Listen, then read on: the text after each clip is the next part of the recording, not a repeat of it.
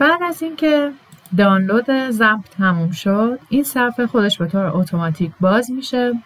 در این قسمت میخوایم مراحل نصب زمپ رو با هم پیش بریم. روی گزینه نکست کلیک میکنیم. توی این قسمت اجازه بدین که همه گزینه ها تیک خورده باشه و چیزی رو تغییر ندیم. اینجا مسیر نصب رو براتون مشخص میکنه. دیفالت روی پوشه درایو C پوشه زمپ نصب میکنه. اگر که میخواین توی مسیر دیگه ای نصبش کنید، میتونید از این قسمت مسیر نصب رو تغییر بدین. در این قسمت زبانتون رو انتخاب میکنیم و ثبت میکنیم تا نصب انجام بشه. خب مراحل نصب به پایان رسید. توی این قسمت فینیش رو میزنیم. این زمان نصبش یه مقداری طول میکشه. حالا بستگی به سیستمتون داره، ممکنه مثلا 3-4 دقیقه طول بکشه تا نصب بشه.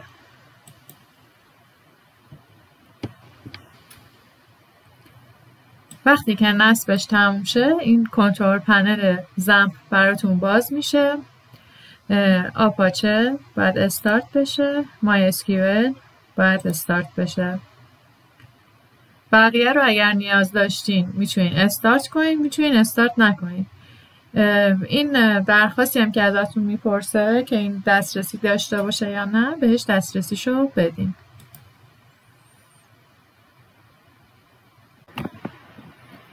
بعد از نصب زمپ که نکته خاصی هم نداشت نصبش و استارت کردن آپاچی و مای اسکیول، نوبت به نصب وردپرس میرسه. هر وبسایتی یک دیتابیسی داره که اطلاعات اون سایت رو روش ذخیره میکنه.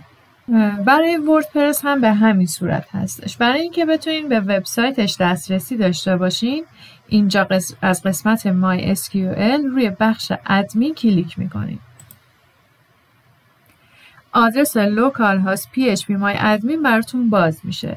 اینجا همون بخشی هست که باید وبسایتتون براش یک پایگاه داده ایجاد کنین یا همون دیتابیس ایجاد کنین. برای اینکه این کار رو انجام بدین، این قسمت سمت چپ روی دکمه نیو کلیک میکنیم. اسم مورد نظرمون رو اینجا وارد میکنیم. من اینجا مثلا میذارم سو اسپیس.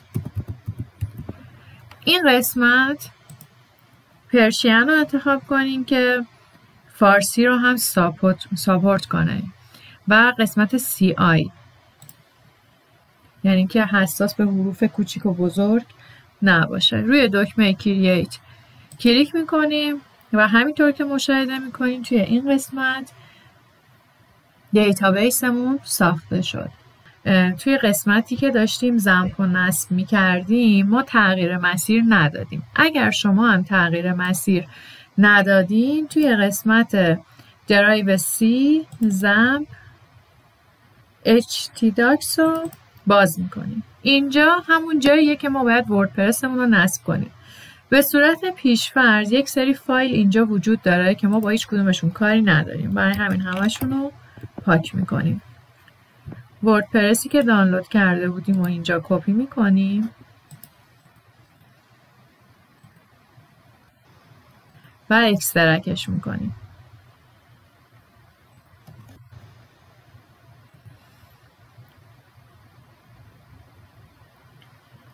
اینجا میتونین اسم پوشه وردپرستون رو تغییر بدین، یعنی اگر که میخواین چند تا سایت مختلف داشته باشین و روشون تمرین کنین، هر کدوم میتونین به اسم خودشون نامگذاری کنین که وقتی میخواین بازش کنین توی لوکال هاست هر کدوم به اسم خودشون باز کنین و براتون مشکل ایجاد نکنه، راحت بتونین تشخیص بدین که کدوم یکی از سایتاتون رو میخواین باز کنین و روش کار انجام بدین. به صورت پیش‌فرض وقتی که PHP مای ادمین روش یک سایت ایجاد میکنین، نام کاربریش روت هست و پسوردی هم نداره. توی مراحل نصب وردپرس یه بخشی هست که باید دیتابیس رو به سایت وردپرسمون مرتبط کنیم. توی قسمت زمپ htdocs همون پوشه وردپرسی که حالا قرار شد به نام سایت خودمون تغییر نامش بدیم، یه فایلی هستش تحت عنوان wp-config sample. این فایل رو باز میکنیم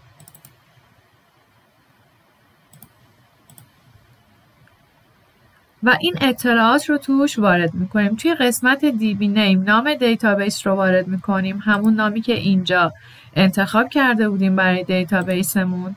توی قسمت یوزر روت رو انتخاب میکنیم و توی قسمت پسورد خالی میذاریم این بخش رو. به بقیه بخش هم کاری نداریم، سیوش میکنیم و مراحل نصب وردپرسمون رو ادامه میدیم. توی این مرحله ارتباط با پایگاه داده برقرار شده و دکمه راه اندازی نصب رو میزنیم. در بخش عنوان سایت نام سایتمون رو وارد میکنیم.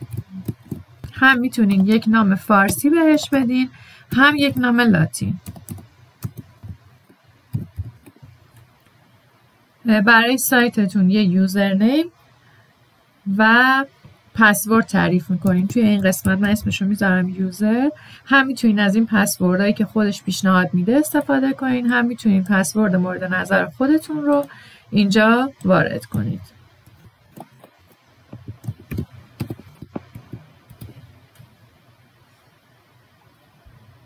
اگر که رمزی که اینجا میدین از نظر سیستم سست باشه، یعنی اون ایمنی کامل نداشته باشه، حروف کوچیک و بزرگ باشه، مثلا از 8 کاراکتر بیشتر باشه و حالا موارد خاص، حتما اینو تیک بزنین که قبول کنه این رمزتون رو. توی این قسمت هم آدرس ایمیلتون رو وارد میکنین. اینجا یه آدرس ایمیلی رو وارد کنین که بهش دسترسی دارین، چون پیام هایی که میخواد براتون بفرسته از این طریقه، یا اگر که یک زمانی پسوردتون رو فراموش کردین از طریق این ایمیل میتونین بازیابیش کنین. به همین خاطر اینجا یک آدرس ایمیل معتبر وارد کنین.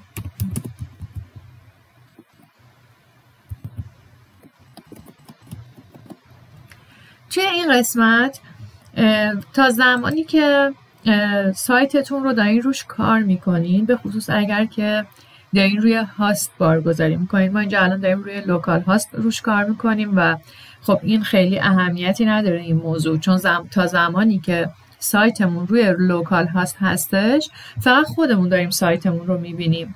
اما اگر که دارین کاری رو روی سایتی انجام میدین که روی هاست هستش، روی اینترنت هست و همه بهش دسترسی دارن و میتونن بیان سایتتون رو بازدید کنن، این تیک رو بزنید که فعلا موتورهای جستجو سایت شما رو بررسی نکنن، چون ممکنه دیتایتون کامل نباشه، دوپلیکیت باشه، کانونیکال داشته باشین و حالا موضوعات مختلفی که هنوز بهینه سازی سایتتون انجام نشده، کلمات کلیدی درست نیستن و اصلا نمیخواین یه سری صفحات ایندکس بشن یا دیده بشن. به همین خاطر تا زمانی که سایتتون به صورت کامل راه اندازی نشده این تیکو بزنید و بعدا میتونین بیاین و این تیکو بردارین. روی دکمه راه اندازی وردپرس کلیک میکنیم و به این ترتیب وردپرسمون شروع به نصب میشه.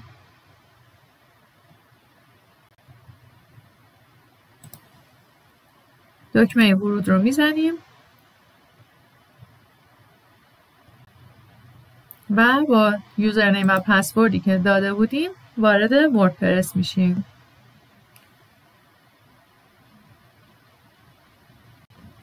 الان وردپرسمون نصب شده و میتونیم وارد بخش‌های مختلفش بشیم، محتوایی که میخوایم رو بذاریم، قالبی که میخوایم انتخاب کنیم و تک تک این مراحل رو با هم گام به گام توی ویدیوهای بعدی پیش میریم.